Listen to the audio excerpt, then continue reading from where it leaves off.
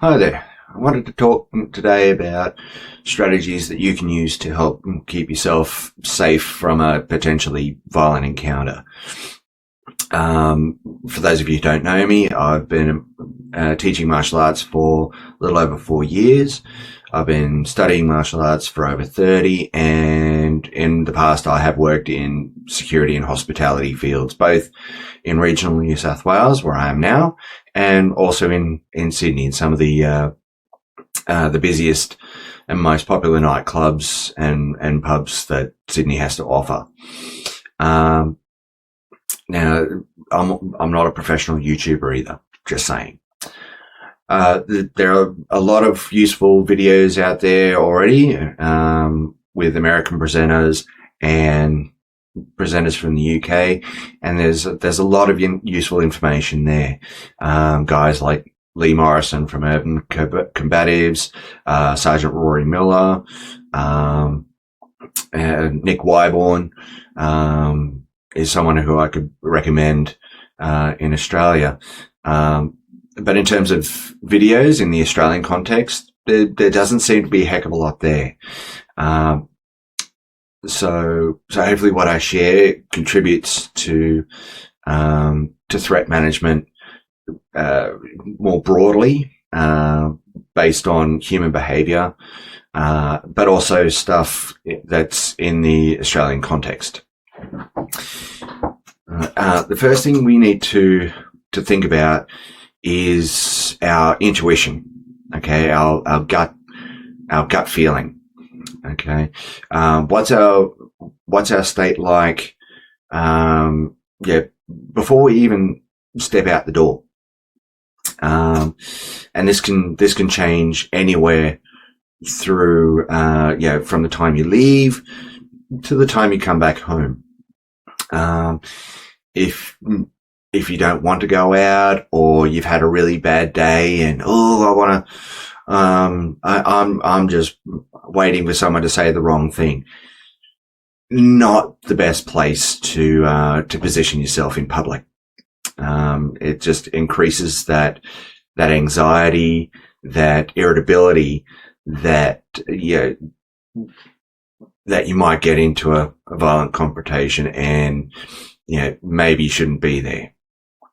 Even if you have forewarning, there's a party, private party, and someone who you have interpersonal conflict with, sort of on a day to day, they're going to be there, and there's alcohol involved, then it's probably best just to avoid that altogether.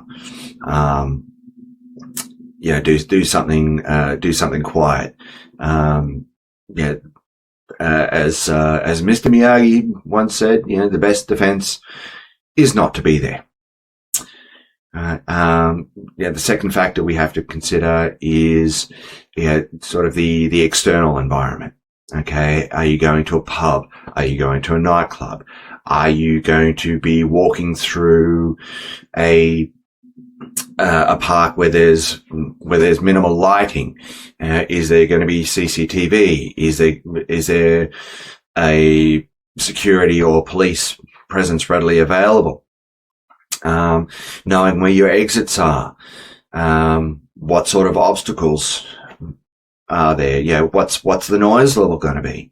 All of these things factor in and can contribute to your internal state.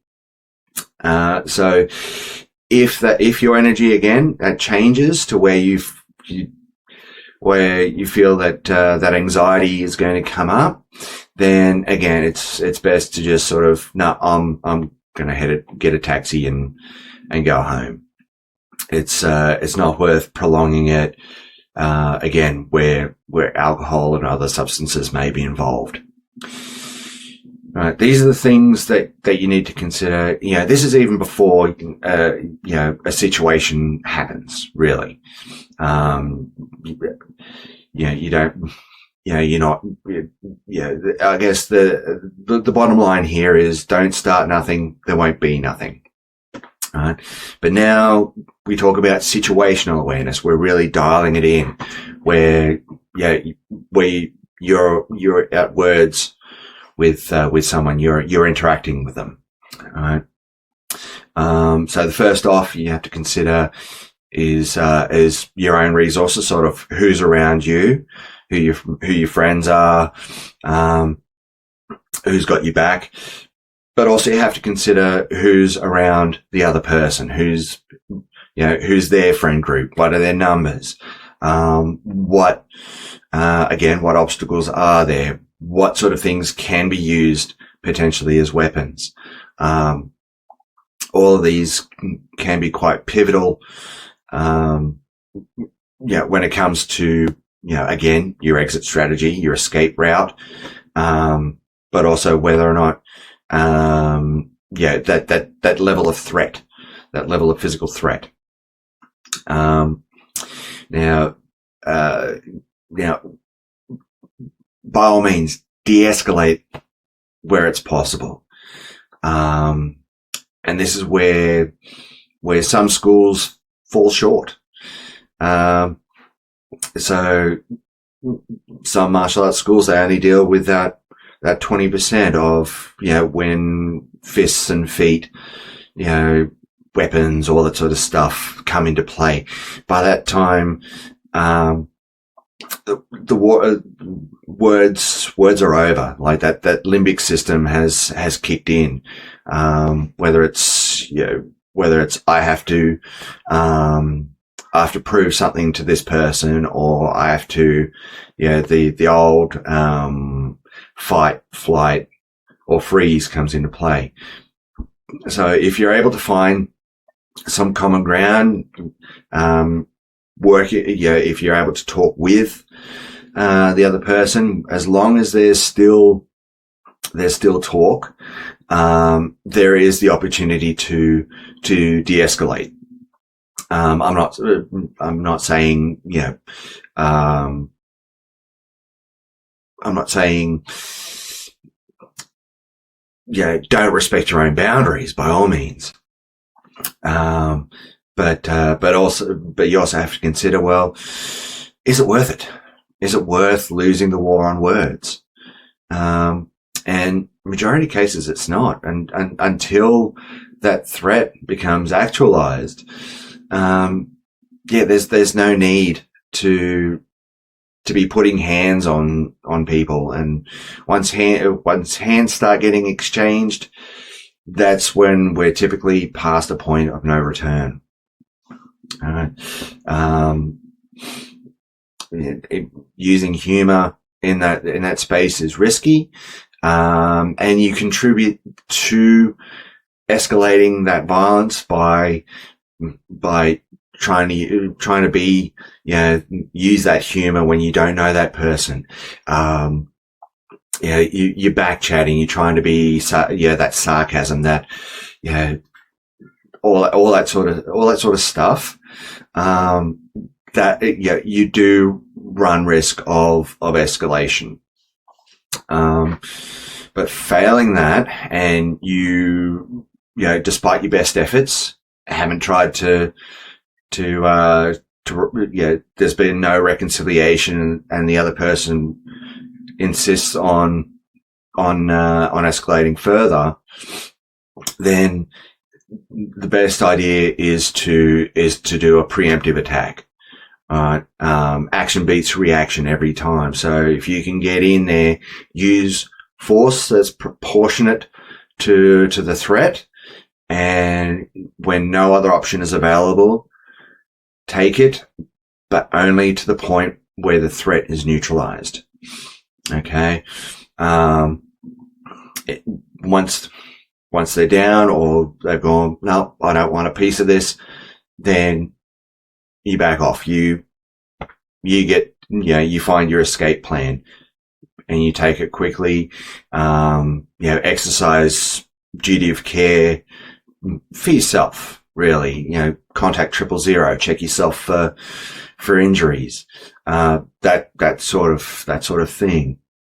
However, there may be times where you need to sustain that attack, especially when it comes to multiple attackers. So you neutralize one, get them down quickly, move on to the next one. You're scanning for, you're scanning for potential threats. And yeah, you get your opportunity to get away to someplace safe, by all means do it. But otherwise you have to keep going, especially if there's a risk of serious injury or of life. And that scale, that can change from minute to minute or second to second. All right. Alcohol, other substances, it really does put an element of uncertainty in there where things can flip, just like a switch. That violence can turn on without you realizing it.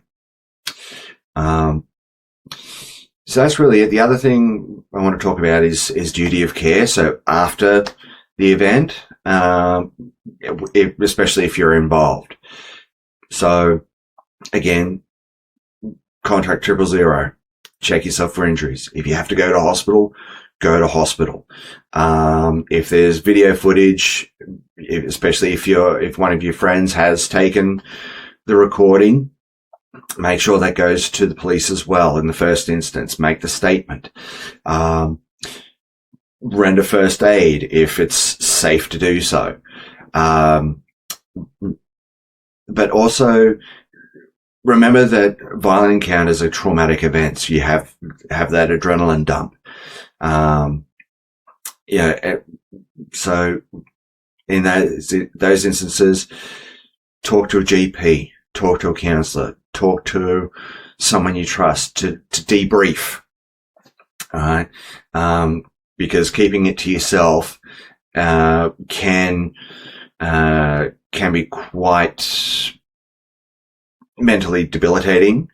That's where things like post-traumatic stress syndrome comes into play, and so we want to avoid that as much as possible. So I hope this helps. If you want to reach out to me, comments, feedback, by all means. But I wish you all the best.